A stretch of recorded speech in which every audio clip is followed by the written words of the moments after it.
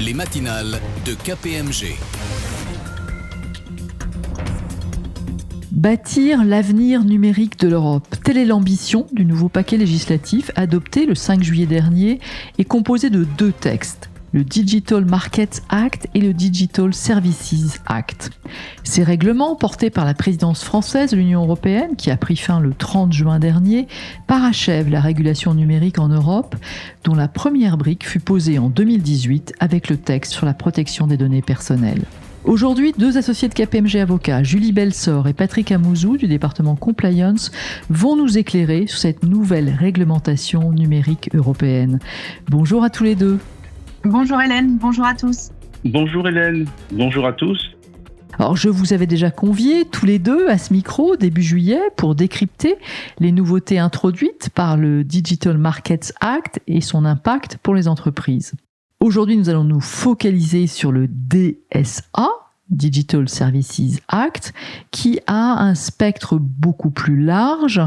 Mais avant de nous intéresser au DSA, Julie Belsor, pourquoi fallait-il ajouter un nouveau paquet législatif, sachant que certaines entreprises sont toujours en train de se conformer au RGPD, qui est pourtant applicable déjà depuis 4 ans?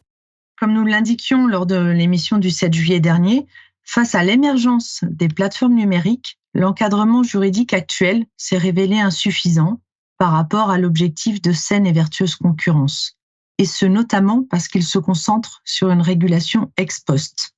Le Digital Markets Act, le DMA, apporte une réponse en rétablissant un équilibre entre les grandes plateformes numériques, désormais qualifiées de contrôleurs d'accès, et les sociétés utilisatrices. Le tout dans l'intérêt du consommateur final, en lui donnant une plus grande liberté de choix et au bénéfice de l'innovation, de la croissance, de la compétitivité et de l'équité. Et donc dans ce nouveau paquet législatif, il y a également le Digital Services Act. Patrick Amouzou, que diriez-vous du DSA ? Au-delà de cette nouvelle régulation des marchés numériques, il y avait également urgence à lutter contre les contenus illicites, la diffusion d'informations trompeuses, voire la désinformation. Pour s'en convaincre, il suffit de rappeler les affaires qui ont frappé Facebook ces dernières années. L'affaire Cambridge Analytica, par exemple, qui a révélé que Facebook utilisait des données collectées avec l'objectif d'influencer les intentions de vote de millions d'Américains, ou encore l'affaire des Facebook Files, dans laquelle un lanceur d'alerte a divulgué des documents soulignant le manque d'éthique de l'entreprise. C'est pour éviter ce type de défiance, notamment, mais aussi pour obtenir un cadre européen harmonisé, que le DSA a été voté. Rappelons en effet que la directive sur le commerce électronique de juin 2000 avait dû être transposée dans chaque pays membre, en France par la loi pour la confiance dans l'économie numérique de 2004. Ce mécanisme de transposition a engendré des divergences réglementaires fortes entre les États membres. Le DSA, tout comme le DMA et le RGPD, est un règlement européen. Il s'applique donc directement, c'est-à-dire sans transposition, dans chaque pays, de la même manière qu'une loi nationale. Ce qui devrait donc assurer, du moins on l'espère, une homogénéité des règles numériques en Europe. Lors de la préparation de cette interview, j'ai compris que le DSA va créer donc de nouvelles obligations pour tous les acteurs qui partagent du contenu sur Internet. Patrick Amouzou, quelle est l'ambition, de manière un peu plus précise, quelle est l'ambition du DSA ? L'objectif affiché, Hélène, est de garantir, pour reprendre les termes mêmes du règlement, un environnement en ligne sûr, prévisible et de confiance dans l'ensemble de l'Union européenne, en luttant plus efficacement contre la diffusion de contenus illicites, en responsabilisant toute la chaîne d'acteurs depuis l'auteur des contenus jusqu'à l'utilisateur final et en protégeant mieux les utilisateurs des sites et leurs droits fondamentaux. On voit donc que c'est un texte qui a de très nobles ambitions. Avant d'entrer plus en détail dans ce DSA, dans ce Digital Services Act, Julie Belsor, pouvez-vous d'ores et déjà nous éclairer sur ce qu'entend le législateur sous le terme contenu illicite dans le DSA ? La volonté a été de retenir une définition large de cette notion, de sorte à étendre dans l'espace numérique le droit applicable à l'environnement hors ligne. Sont concernées toute information relative aux contenus, produits, services et activités illicites. Mais le législateur n'a pas listé toutes les infractions possibles. Il pose simplement le principe selon lequel le contenu est illicite, soit par nature, en vertu du droit applicable, comme par exemple les discours de haine ou les contenus à caractère terroriste, soit qu'il est rendu illicite parce qu'il se rapporte à une activité illégale. Je pense par exemple au partage d'images qui représenteraient des abus sexuels commis sur des enfants, la vente de produits non conformes, de produits contrefaits ou le harcèlement en ligne. Chaque pays conserve donc son propre droit pénal. Le DSA n'a pas vocation à l'harmoniser. Il harmonise en revanche les réponses apportées à ces contenus illicites et le devoir de diligence qui s'impose désormais aux fournisseurs de services intermédiaires. Justement, Julie Belsor, comment le DSA va-t-il lutter contre ces contenus illicites ? Le DSA vise à renforcer les dispositifs de lutte contre les contenus illicites. Ils existaient déjà et depuis des années, Patrick et moi agissons pour obtenir la suppression de contenus illicites dans l'intérêt de nos clients. On pense notamment à la suppression des contrefaçons ou à la suppression des propos diffamatoires. Mais l'exercice peut s'avérer délicat et on nous oppose souvent le droit américain qui, par exemple, ne reconnaît pas les délits de diffamation et d'injure publique, contrairement au droit français. Dans ces conditions, nous sommes contraints d'obtenir une décision de justice et de la signifier aux États-Unis, ce qui prend du temps. Et pendant ce temps-là, les contenus restent en ligne. Avec le DSA, nous pourrons plus efficacement notifier les contenus illicites aux fournisseurs de services qui devront agir rapidement à compter de cette notification. Et étant précisé qu'avec le DSA, ils n'ont toujours aucune obligation générale de surveillance des contenus. Donc, une fois qu'ils auront reçu cette notification, qui pourra d'ailleurs être effectuée désormais en ligne, ils devront retirer le contenu illicite.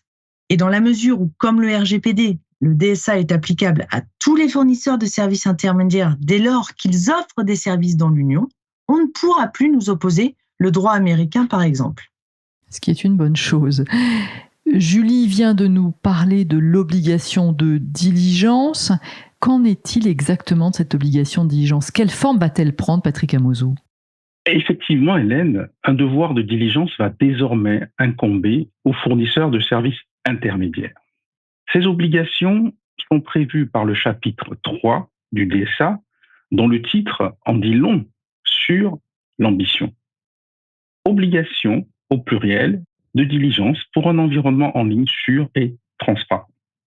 Ce chapitre 3 prévoit de nouvelles obligations imposées aux fournisseurs de services intermédiaires. On peut citer, entre autres, désigner un point de contact unique pour communiquer avec les autorités et avec les bénéficiaires des services. Indiquer dans leurs conditions générales, dans un langage clair et intelligible, les règles de modération des contenus. Informer les bénéficiaires du service de toute modification importante des conditions générales. Adapter ces informations si le service s'adresse à des mineurs ou qu'il est majoritairement utilisé par des mineurs. Enfin, mettre en place un mécanisme de notification des contenus illicites par voie électronique.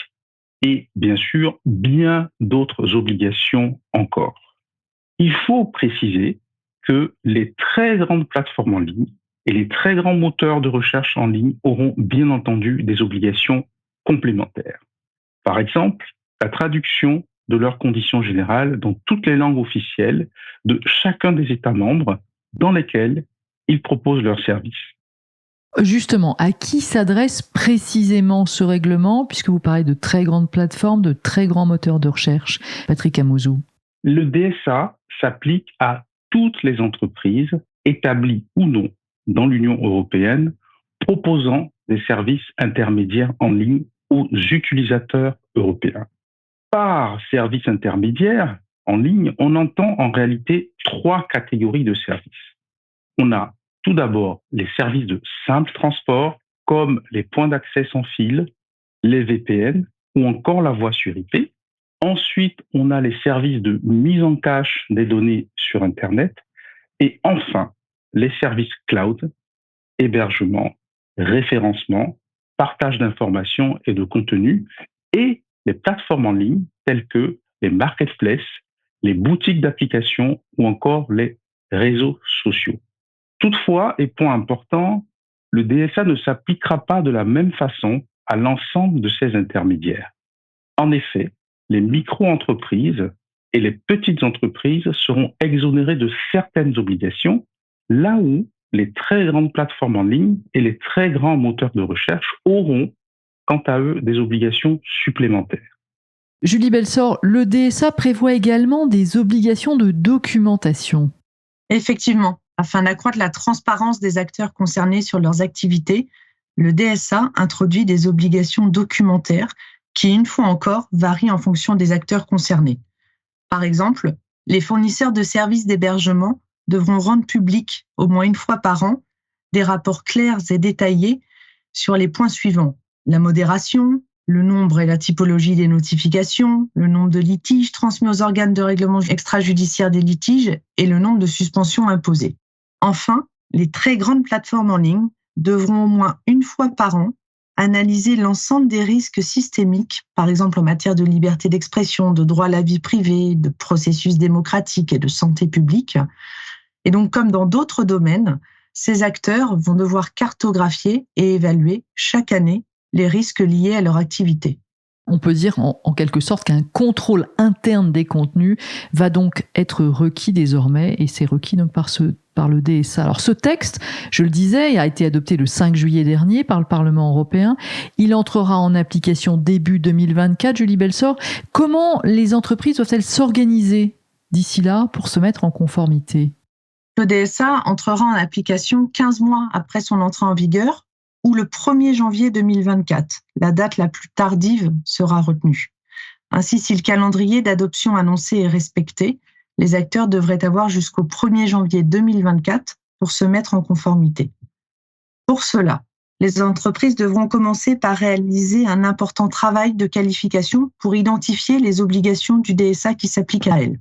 Ensuite, elles devront entamer des chantiers de mise en conformité, à l'instar de ceux qui ont été effectués entre 2016 et aujourd'hui pour le RGPD.